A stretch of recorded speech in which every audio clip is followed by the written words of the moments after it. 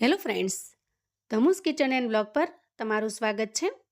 ઉનાળાની આ ગરમીમાં સાંજે ઝડપથી કશું બને તો રાહત થાય અને વળી બધાને પસંદ આવે એવું બને તો મજા જ પડી જાય। તો મિત્રો, આજે હું તમારી સાથે ખૂબ જ ઝડપથી અને સાવ ઓછા તેલથી એટલે કે માત્ર 1 જ ચમચી તેલથી બનીને તૈયાર થતી ટેસ્ટી તો ખરી જ પણ સાથે સાથે ખૂબ જ હેલ્ધી અને એવી રેસીપી શેર કરું છું કે જે ખરેખર તમને ખૂબ જ પસંદ આવશે। તો ચાલો ઝડપથી બનાવવાનું શરૂ કરીએ। સૌથી પહેલાં એક મિક્સિંગ બાઉલની અંદર હું 1/4 કપ જેટલી સૂજી એટલે કે રવો એડ કરું છું। આ રવો એકદમ ઝીણો જે બારીક રવો આવે છે એ રવો મેં લીધેલો છે। ત્યાર પછી રવાની અંદર આપણે 2 ચમચી જેટલો ચોખાનો લોટ એડ કરવાનો છે। ચોખાનો લોટ અહીંયા એડ કરવો બિલકુલ ઓપ્શનલ છે। જો તમારી પાસે ઘરે પડ્યો હોય તો જ તમારે એડ કરવાનો છે। અને 1 ચમચી જેટલો આપણે અહીંયા ચણાનો લોટ એડ કરવાનો છે અને અડધા કપ જેટલો આપણે અહીંયા ઘઉંનો લોટ એડ કરવાનો છે। આ ઘઉંનો લોટ આપણે જે રોટલી કરવા માટે દળાવીએ છીએ એ જ લીધેલો છે, એટલે કે કોઈ જાડો કે કરકરો એવો ઘઉંનો લોટ લીધેલો નથી। હવે બધી જ વસ્તુને આપણે સારી રીતે મિક્સ કરી દઈએ। આજનો નાસ્તો એવો સરસ બનીને તૈયાર થશે કે તમે ઇડલી કે ઢોસા એના સ્વાદને પણ ભૂલી જશો। હવે અહીંયા બધી જ વસ્તુને સારી રીતે મિક્સ કરી લીધા પછી આપણે બેટરમાં પાણી એડ કરીશું। તો થોડું થોડું પાણી નાખી અને આપણે મિક્સ કરવાનું છે જેથી કરીને બેટર ઢીલું ન બની જાય। તો જુઓ, આ રીતે થોડું જાડું એટલે કે થોડું થીક રહે એ રીતે આપણે પહેલાં બેટર બનાવવાનું છે અને પછી જ્યારે મસાલા કરીશું ત્યારે બેટરની કન્સિસ્ટન્સીને આપણે બેલેન્સ કરી લઈશું। આ રીતે બેટર તૈયાર કરી આપણે એક ડીશ ઢાંકીશું અને 5 મિનિટ માટે આ બેટરને રેસ્ટ થવા દઈશું જેથી કરીને આપણે એના અંદર જે સૂજી એટલે કે રવો એડ કરેલો છે એ સારી રીતે ફૂલી જશે। બેટર રેસ્ટ થાય છે ત્યાં સુધીમાં આજના નાસ્તા માટે આપણે એકદમ ટેસ્ટી અને ચટપટી એવી ચટણી બનાવીને તૈયાર કરી લઈએ। તો અહીંયા હવે આપણે બનાવીશું ચટણી એકદમ સરસ અને ખૂબ જ ટેસ્ટી એવી। તો અહીંયા હું થોડી કોથમીર લઉં છું, ડાખલા સહિતની કોથમીર લીધી છે મેં અહીંયા। હવે એક લીલું મરચું એડ કરી દઉં છું, નાનો એક આદુનો કટકો છે એને પણ આપણે ઉમેરી દઈએ આ રીતે ઝીણો સમારીને। હવે અહીંયા નાની કટોરી જેટલા હું દાળિયા ઉમેરું છું, અહીંયા તમે શિંગદાણાનો પણ ઉપયોગ કરી શકો છો। હવે આપણે અહીંયા એડ કરીશું સ્વાદ પ્રમાણે મીઠું અને અડધી ચમચી કરતાં થોડો ઓછો એટલો આમચૂર પાવડર। આમચૂર પાવડર ઉમેરવાથી ચટણીનો ટેસ્ટ એકદમ સરસ ખાટો મીઠો બને છે। હવે આપણે અહીંયા થોડું પાણી એડ કરીશું 4 થી 5 ચમચી જેટલું અને ઢાંકણ ઢાંકી એકદમ સરસ ચટણી બનાવીને તૈયાર કરી લઈએ। તો અહીંયા જુઓ, ચટણી તૈયાર છે। હવે આપણે ચટણીને આવી કોઈ કટોરીની અંદર કાઢી લઈએ। અંદાજે 5 મિનિટ પછી આપણે બેટરને ચેક કરી લઈએ। તો જુઓ, રવો એડ કર્યો હોવાથી બેટર થોડું થીક થયું છે એટલે કે થોડું જાડું બન્યું છે। આ સ્ટેજે આપણે આના અંદર થોડા વેજીટેબલ્સ એડ કરીશું અને પછી રૂટીન મસાલા કરી લઈશું અને ત્યાર પછી બેટરની કન્સિસ્ટન્સીને આપણે બેલેન્સ કરીશું। તો સૌથી પહેલાં અહીંયા દૂધીના એક નાના કટકાને મેં ઝીણો ઝીણો ખમણી લીધો છે, એને એડ કરી દઈએ। અહીંયા વેજીટેબલ્સને ખમણવા માટે મેં આ રીતે એકદમ ઝીણી ખમણીનો ઉપયોગ કરેલો છે જેથી એકદમ ઝીણા પીસની અંદર ખમણાઈ જશે અને બેટરની અંદર સારી રીતે મિક્સ પણ થઈ જશે। ગાજરના એક નાના ટુકડાને પણ મેં આ રીતે ઝીણો ખમણી લીધો છે, એને એડ કરી દઈએ। 2 નાની ડુંગળીને મેં આ રીતે ઝીણી ઝીણી સમારી લીધી છે કેમ કે એને ખમણવાથી બહુ એકદમ ઝીણો છૂંદો થઈ જાય છે એટલે એને ઝીણી ઝીણી સમારી લીધી છે, એકદમ ઝીણા પીસમાં એને એડ કરી દઈએ। એક નાનું ટમેટું પણ મેં આ રીતે ઝીણું ઝીણું સમારી લીધું છે, એને પણ એડ કરી દઈએ। અહીંયા 1 ચમચી જેટલી મેં આદુ મરચાં અને લસણની અધકચરી પેસ્ટ બનાવેલી છે, જો એને એડ કરી દઈએ અને ત્યાર પછી એડ કરીશું ઝીણી સમારીને તૈયાર કરેલી કોથમીરને। હવે વેજીટેબલ્સ એડ કર્યા પછી આપણે એમાં રૂટીન મસાલા કરીશું। તો અહીંયા સ્વાદ પ્રમાણે મીઠું એડ કરીએ, 1 ચમચી જેટલો ધાણા જીરું પાવડર એડ કરીશું અને 5 ચમચી જેટલી હળદર એડ કરીશું। તીખાશ માટે હું અહીંયા અડધી ચમચી જેટલા ચીલી ફ્લેક્સ એડ કરું છું। તો આપણે અહીંયા લીલું મરચું પણ એડ કરેલું છે અને ચીલી ફ્લેક્સ પણ એડ કરેલા છે એટલે હવે લાલ મરચું એડ નહીં કરીએ। વેજીટેબલ્સને અને મસાલાને બેટરની અંદર મિક્સ કરી લેવાના છે। તો અહીંયા જુઓ, વેજીટેબલ્સ એના અંદર મિક્સ તો થાય છે પણ બેટર એકદમ ઘાટું છે।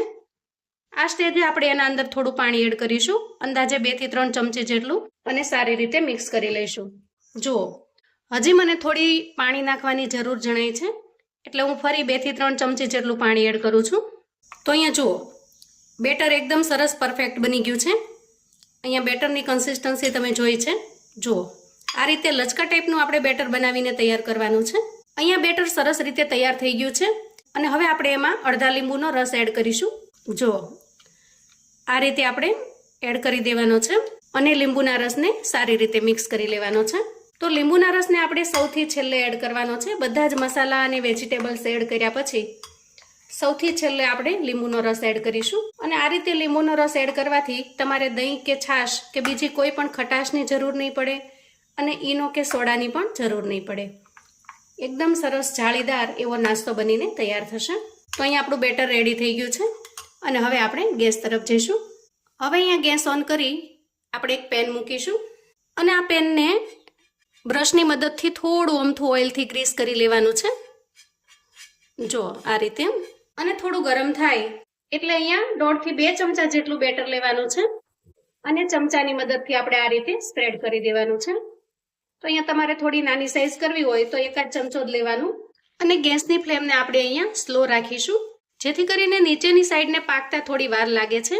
આ રીતે ઉપરની જે સાઈડ છે અહીંયા ધીરે ધીરે કોરું થવા લાગશે, સુકાઈ જવા લાગશે. આ સ્ટેજે ગેસની ફ્લેમને આપણે મીડિયમ કરી લેવાની છે અને ઉપરના ભાગે બ્રશની મદદથી થોડું ઓઇલ ગ્રીસ કરી લેવાનું છે. તો જુઓ નાસ્તો પણ એકદમ લુકમાં કેવો સરસ દેખાઈ રહ્યો છે. આના અંદર તમે બાકીના બીજા વેજીટેબલ્સ પણ એડ કરી શકો, પણ મારી પાસે અત્યારે જે અવેલેબલ હતા એ વેજીટેબલ્સને મેં એડ કરેલા છે.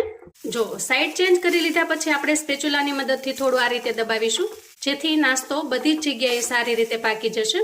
આ નાસ્તાને તમે થોડો પતલો પણ બનાવી શકો છો અને થોડો જાડો પણ બનાવી શકો છો. તમને જે રીતે ફાવે એ રીતે તમારે બનાવીને તૈયાર કરવાનો. તો ઉનાળાની ગરમીમાં ફટાફટથી રસોઈ કરીને જો રસોડામાંથી બહાર નીકળવું હોય તો આજનો આ નાસ્તો બેસ્ટ ઓપ્શન છે, કેમ કે ખૂબ જ ઝડપથી બની જાય છે. સાંજે થોડો સમય હોય ત્યારે વેજીટેબલ્સને જો કટ કરી લેશો તો ફટાફટથી બેટર બનાવી અને એમાં વેજીટેબલ્સ એડ કરી તમે બનાવીને તૈયાર કરી શકશો. તો જુઓ અહીંયા આપણે એક નાસ્તો બનાવી લીધો છે, તો અહીંયા મેં બીજો નાસ્તો પણ બનાવીને તૈયાર કરી લીધો છે અને આ રીતે હું બધા જ નાસ્તાને બનાવીને તૈયાર કરી લઉં છું. તો જુઓ ઇડલી ઢોસા બધું જ ભૂલી જાઓ એવો સરસ મજાનો ટેસ્ટી નાસ્તો બનીને તૈયાર છે. અહીંયા તમે એનો લુક જોઈ શકો છો. જુઓ એકદમ સરસ અને ખૂબ જ મજેદાર બને છે અને ટેસ્ટમાં એટલા લાજવાબ બને છે કે જો એક વખત તમે આ રીતે નાસ્તો બનાવશો તો બાળકોથી માંડીને ઘરના બધા જ વડીલો સુધી આ નાસ્તો બનાવવાની ડિમાન્ડ કરશે. જોતાં જ મોઢામાં પાણી આવી જાય એવો સરસ મજાનો નાસ્તો બનીને તૈયાર થયો છે. આ નાસ્તાને તમે આપણે બનાવેલી ગ્રીન ચટણી સાથે અથવા તો કોઈ પણ ચટણી સાથે પીરસી શકો છો, કેમ કે બધી જ ચટણી સાથે આ એકદમ ટેસ્ટી લાગે છે. અથવા તો સીધા પ્લેન પણ જો ખાવા હશે તો વેજીટેબલ્સથી ભરપૂર હોવાથી તમને ખૂબ જ ટેસ્ટી એવા લાગશે. તો ચાની સાથેનું આનું કોમ્બિનેશન પણ એકદમ સરસ બનીને તૈયાર થાય છે. તો આજનો નાસ્તો એકદમ ટેસ્ટી તો છે જ, પણ સાથે સાથે હેલ્ધી પણ છે, કેમ કે ભરપૂર માત્રામાં આપણે જુદા જુદા લોટ અને વેજીટેબલ્સનો ઉપયોગ કરેલો છે અને એના લીધે જ એનો ટેસ્ટ એકદમ લાજવાબ બને છે. તો ખાસ કરીને ઉનાળાની ગરમીમાં રસોડામાંથી જો ઝડપથી બહાર નીકળવું હોય તો આ નાસ્તો બેસ્ટ ઓપ્શન રહેશે, કેમ કે ખૂબ જ ઝડપથી બનીને તૈયાર થઈ જશે અને બધાને પસંદ પણ ખૂબ જ આવશે.